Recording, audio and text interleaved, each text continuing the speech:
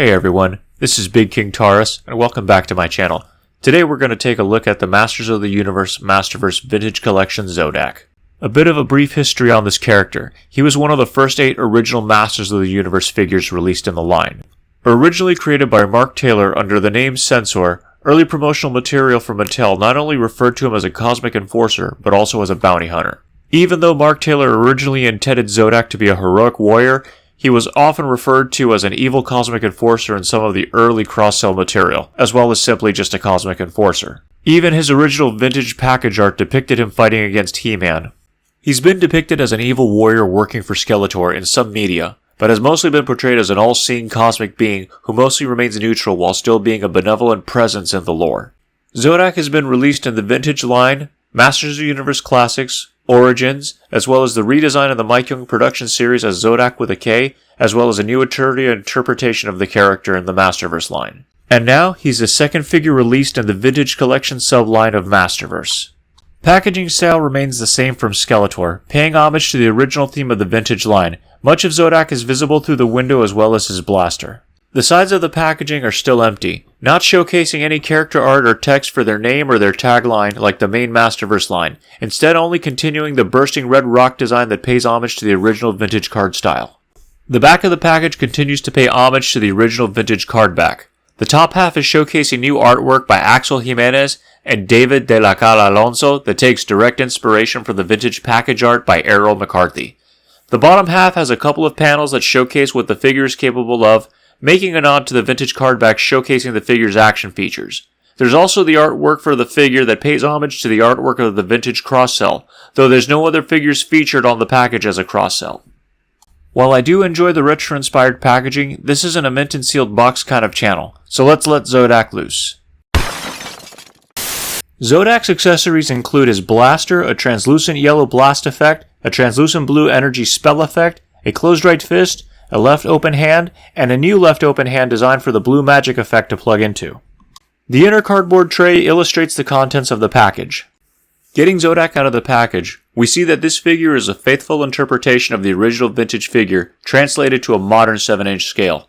Just as with the original vintage figure, Zodac is heavily based on Skeletor's design, reusing the same thin monster arms, 3-toed clawed feet, and reptilian lower legs. Where he differs is where Zodac really stands out as a figure. He has a newly tooled torso and shoulders with molded furry detail, a new helmeted head and body armor. The helmet is a combination of flat, dark gray, and glossy red plastic. The vest is mostly comprised of the same glossy red plastic as the helmet, with a Cosmic Enforcer symbol on the chest being made of a pearlescent white plastic and not simply painted on.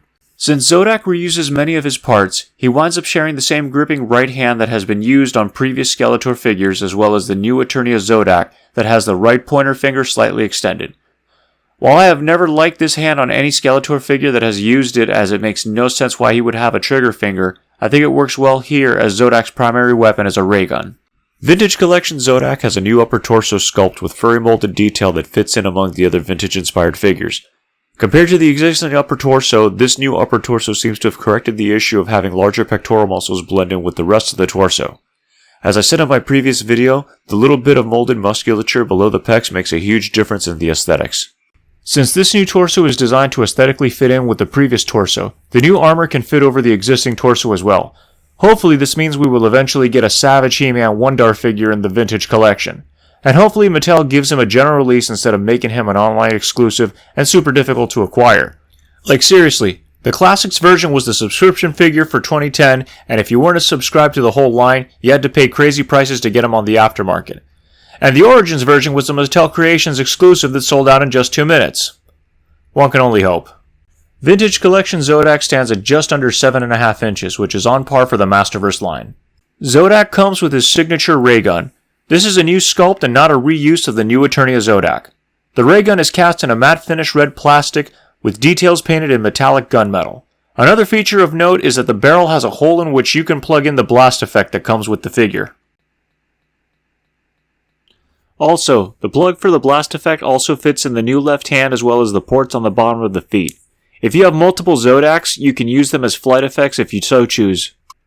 Zodac's other main accessory is a large blue translucent effect piece that looks very reminiscent of something you would see from Doctor Strange. It plugs into the port of the newly tooled open left hand. He can use it as if he's casting a spell against an opponent, or he can wield it like an energy shield. Zodac's head features a pair of eyes that are separate pieces and are made of translucent plastic. This is reminiscent of what Mattel has done in the past with the Masterverse line with New Eternia Merman and New Eternia Panther. The translucent eyes are a nice detail that really helps this new Zodac stand out from previous releases.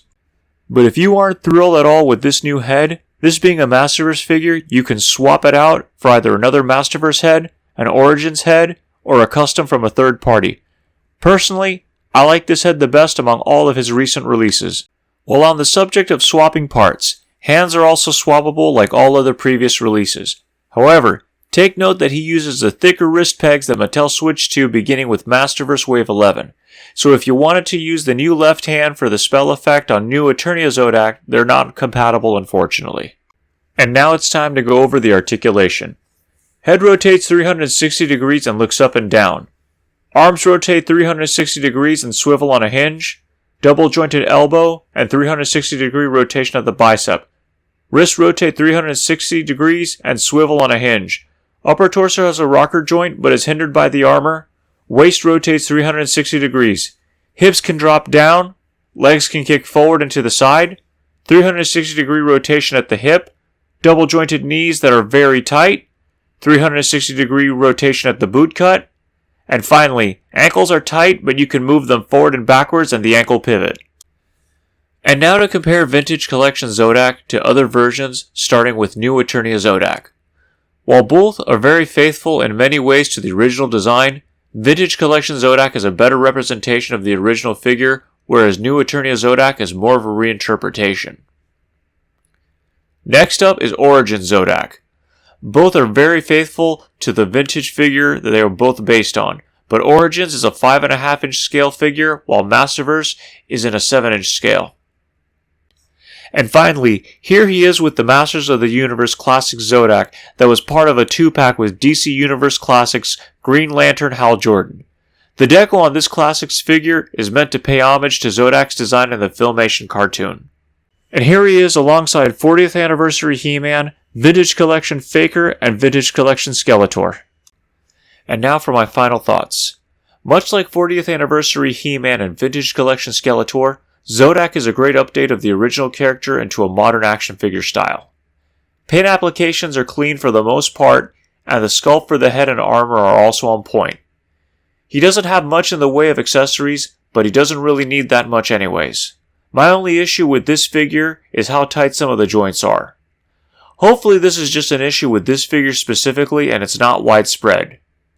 He looks great alongside other Masterverse figures, and he scales well enough to be displayed with classics.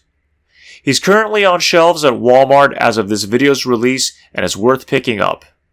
If you like this video, please leave a comment, press like, share, and subscribe if you already haven't.